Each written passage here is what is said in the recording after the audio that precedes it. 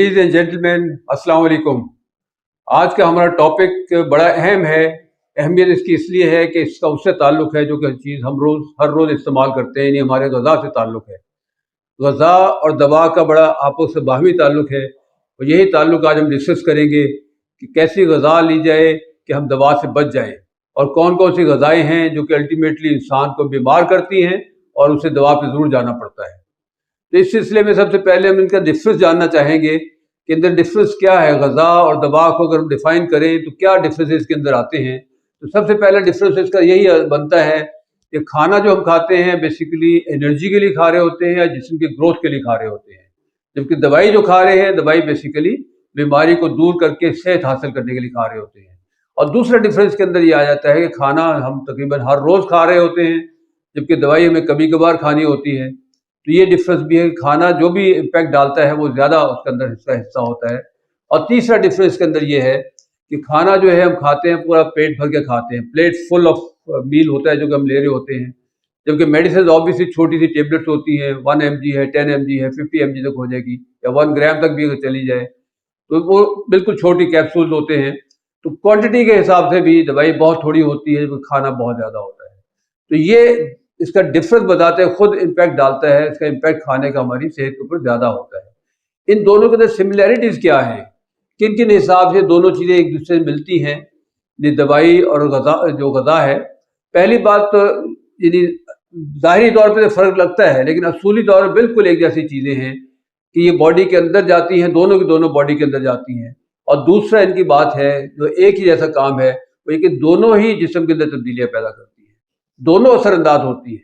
खाना ये नहीं है कि बस हमने ख्वाहिश के लिए, भूख के लिए खा लिया बस गया, ऐसा नहीं है, बल्कि खाना भी बताते खुद फुल फ्लेज इफेक्ट डालता है जिस्म के अंदर, क्योंकि अगर पॉजिटिव है तो जिस्म को वाकई ग्रोथ दे रहा होता है, अगर नेगेटिव है तो वो ऑब्वियसली कोई दवाई के लिए हमें लाजिम कर देता है कि दवाई भी ली जाए।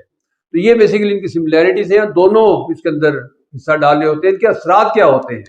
असरात इनके दो तरह के आते हैं जो जिस्म के ऊपर ये चेंजेस लाते हैं। पहले चेंज तो ये लाते हैं, जो ला सकते हैं वो ये कि डिजीज कंडीशन से नॉर्मल कंडीशन की तरफ लेके जाए, यानी आज जिस्म बीमार था पहले और उसको सेहतमंद हालत की तरफ लेके जाए। दवाई भी ये काम करती है और ग़िज़ा भी, अगर अच्छी ग़िज़ा खा रहे हैं, हेल्दी डाइट ले रहे हैं तो इंसान को बीमारी से निकाल के सेहत की तरफ लेके जाती है। दूसरा इफेक्ट इसका ये हो सकता है कि अगर हम हेल्थ फ्रेंडली डाइट कहते हैं ऐसी को, जो कि हेल्थ के साथ हमारे लिए मुमिद व मुआविन साबित होती है। और दूसरा इफेक्ट बिल्कुल इसके ऑपोजिट हो सकता है कि ऐसे हम ग़िज़ा खा रहे हैं जो कि हमें बताते खुद सेहत वाली हालत से ले जाकर बीमारी की तरफ ले जा रही है, या कोई ऐसी दवाइयाँ ले रहे हैं जिनके साइड इफेक्ट्स इतने ज़्यादा हैं कि वो हमें सेहत देने के बजाय मजीद बीमार करते चले जा रहे हैं। तो ये दो इफेक्ट्स हैं जो बहुत ज़्यादा हैं और इसमें बेसिकली हमने देखना है कि पहले इफेक्ट वाली हमारे पास डाइट कौन कौन सी है, कौन सी हेल्थ फ्रेंडली डाइट है जो कि हमें सेहत की तरफ लेके जाती है और बीमारी से बचाती है, और कौन सी दवाई और कौन सी ऐसी ग़िज़ाएँ हैं जो कि हमें बीमार करती हैं।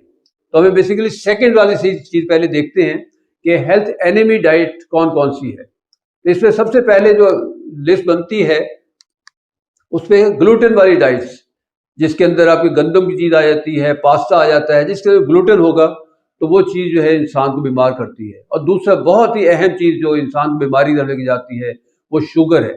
जिसके अंदर शुगर है वो इंसान को ग्रेजुअली बीमारी, ये नहीं कि सिर्फ वो डायबिटीज़ पैदा करेगी, बल्कि कई और कॉम्प्लिकेशंस और इंसुलिन रेजिस्टेंस जैसी बीमारियां पैदा कर देती है, जो कि फिर कई और बीमारियों का मूजिब बनती है। और इसके अंदर जो आता है वो जो हमारे जो कन्वेंशनल रेस्ड मीट है, यानी आम तौर पे जो जानवर हम जिनका गोश्त खाते हैं वो फार्म्स के अंदर पाले जाते हैं, उन्हें हार्मोन्स दिए जाते हैं, उन्हें डाइट ऐसी दी जाती है, सोया बेस्ड डाइट दी जाती है, सोयाबीन्स उन्हें खिलाए जाते हैं। इससे उनके अंदर इन्फेक्शन पैदा होती है और वही इन्फेक्टेड मटीरियल जो है हमारे अंदर जाता है और बीमारी पैदा कर देता है। इसी तरह फिश जो है, फिश अगर फार्म में रेज हुई है जहाँ पे उसे ऐसी डाइट दी गई है जो कि केमिकल बेस्ड है, हार्मोन बेस्ड है, ताकि उसकी रैपिड और जल्दी ग्रोथ हो सके, तो ये गोश्त भी हमारे लिए बीमारियों का मूजिब बनता है। इसके अलावा जो वेजिटेबल ऑयल्स हैं या जिन्हें सीड ऑयल्स कहा जाता है, ये बहुत हाईली प्रोसेस होते हैं, बहुत ज़्यादा इसके अंदर प्रोसेसिंग होती है, इनकी ब्लीचिंग भी होती है, इनकी डिटर्जेंट्स इस्तेमाल होते हैं इसके अंदर, और इसके अंदर कई केमिकल्स ऐड किए जाते हैं। तो ये बहुत हार्मफुल है क्योंकि अल्टीमेटली इसके अंदर ओमेगा 6 की तादाद बहुत ज़्यादा हो जाती है, फैटी एसिड जो है, और ओमेगा 3 जो फैटी एसिड है वो बहुत कम होते हैं। इसलिए ये हमेशा इन्फ्लेमेशन पैदा करते हैं बॉडी के अंदर। और इसके अलावा जो है आर्टिफिशियल स्वीटनर जितने भी हैं जो कि मुख्तलिफ खानों के अंदर इस्तेमाल किए जाते हैं, तो ये आर्टिफिशियल स्वीटनर भी नुकसानदेह चीज़ होती है। और प्रोसेस्ड जो खाने बनाए जाते हैं, जैसे कि हमारे यहाँ भी शुरू है, बाहर के जगह में मिलता है, ये प्रोसेस्ड गोश्त को काफ़ी हाई प्रोसेसिंग करके उसको ख़ास शेप में लाया जाता है और उसके हवाले से लोगों के हैंडलिंग इसकी आसान होती है, पकाना आसान होता है। तो लेकिन प्रोसेसिंग के दौरान इसके अंदर काफ़ी डैमेज हो जाता है और ये अल्टीमेटली बीमारियाँ पैदा करता है। और इस तरह जो ट्रांस फैट है जो कि नॉट अरब या किसी और स्ट्रीट में इस्तेमाल होती है, वो भी बहुत ज़्यादा नुकसानदेह है। तो ये चीज़ें हैं जो कि वाकई इंसान की सेहत के लिए नुकसानदेह हैं। और इस तरह एडिटिव्स जो हैं, फूड एडिटिव्स, उसको खूबसूरत बनाने के लिए, उसके अंदर प्रॉपर टेस्ट पैदा करने के लिए, उसके अंदर कोई फ्लेवर पैदा करने के लिए फूड एडिटिव्स इस्तेमाल होते हैं। कहते तो उनको सेव है, लेकिन क्योंकि वो केमिकल्स होते हैं तो ऑब्वियसली वो जिस्म के ऊपर बद असरार डालते हैं। और इस तरह कार्बोहाइड्रेट्स, जितने भी रिफाइंड कार्बोहाइड्रेट्स आते हैं, जिन्हें फास्ट फूड भी की शक्ल में इख्तियार कर जाते हैं, तो ये सब के सब जो हैं इंसुलिन रेजिस्टेंस रेज करते हैं और अल्टीमेटली बहुत सी बीमारियां जिनमें शुगर है, ब्लड प्रेशर है, हार्ट डिजीज़ है, इस तरह की बीमारियां पैदा करते हैं और अल्टीमेटली इंसान को ग़िज़ा की वजह से दवा पे जाना पड़ता है। तो इस हवाले से इसी तरह हम कोई फ्रेंडली डाइट भी देखते हैं कि हेल्थ फ्रेंडली डाइट कौन सी है। इसमें सबसे पहली बात तो ये है कि हमें हेल्दी फैट्स लेनी चाहिए, कि फैट्स ली जाए लेकिन वो हेल्दी फैट्स हों, सैचुरेटेड चाहे फैट्स हों लेकिन वो हेल्दी फैट्स और ट्रांस फैट्स ना हों। दूसरा है कि ऑलिव ऑयल और कोकोनट ऑयल इसके लिए बड़े यूज़फुल हैं, ये इस्तेमाल किए जाने चाहिए। और इस तरह होम कुक्ड मील्स, खाने जो हैं घर पे पकाए जाएँ। तो बाज़ार में जो खाने बिकते हैं उसमें ऑयल सिर्फ ये नहीं कि बड़े लो क्वालिटी का यूज़ होता है, बल्कि उससे रिपीटेडली जो यूज़ करते हैं वो बहुत ज़्यादा उसके अंदर डैमेज हो जाता है, ऑक्सीडेशन हो जाती है, उसकी वजह से वो इन्फ्लेमेटरी हो जाता है।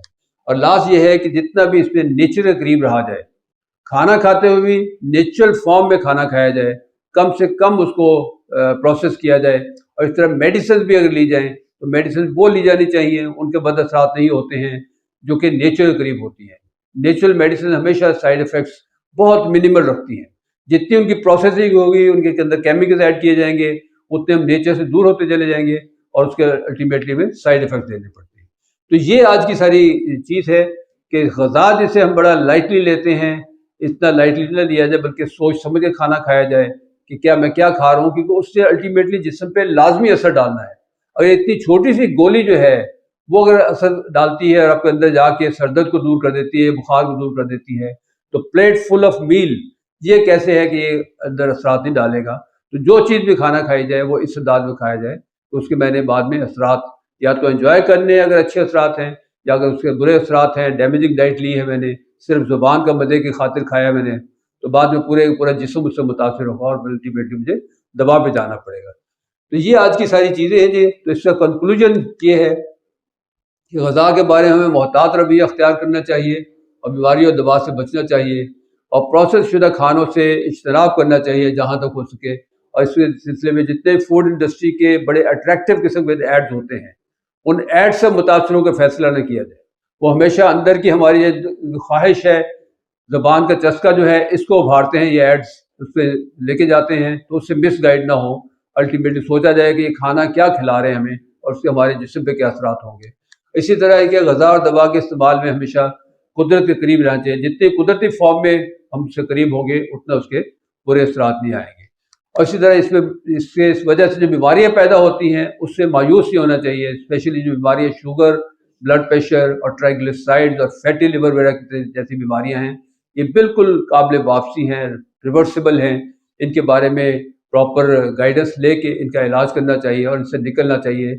सारी उम्र के लिए जो दवाई खाने कहा जाता है वो सिर्फ फार्मा इंडस्ट्री कहती है, तो इस ट्रैप में भी आना चाहिए और इनका इलाज कराना चाहिए। यही आज का टॉपिक था जी। ग़िज़ा का और दवा का बड़ा ताल्लुक है, तो इन दोनों को समझ के और सोच समझ के इस्तेमाल करना चाहिए। इस सिलसिले में कोई भी क्वेश्चन हो तो आप हमारे राब्ता कर सकते हैं, नीचे दिए हुए लिंक के ऊपर कर सकते हैं, कमेंट्स कर सकते हैं, रिव्यूज़ में मेंशन कर सकते हैं।